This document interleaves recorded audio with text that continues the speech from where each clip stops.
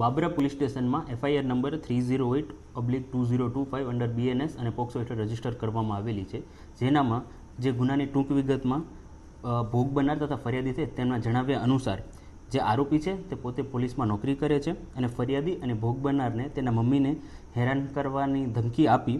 અને તેની જોડે સ્નેપચેટમાં વાતો કરતા હતા અને ફરિયાદી જે છે અથવા ભોગ બનનાર છે તેમને તેમના જે કાયદેસરના વાલીપણામાંથી અપહરણ કરી લઈ જઈ તેમને છાતીના ભાગે અડપલાગ કરી અને તેમની મરજી વિરુદ્ધ એક વખત શરીર સંબંધ બાંધી બળાત્કારનો ગુનો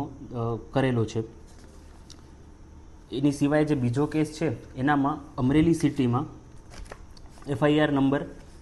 513/2025 જે BNS અંડર રજીસ્ટર કરવામાં આવેલી છે અને તેનામાં જે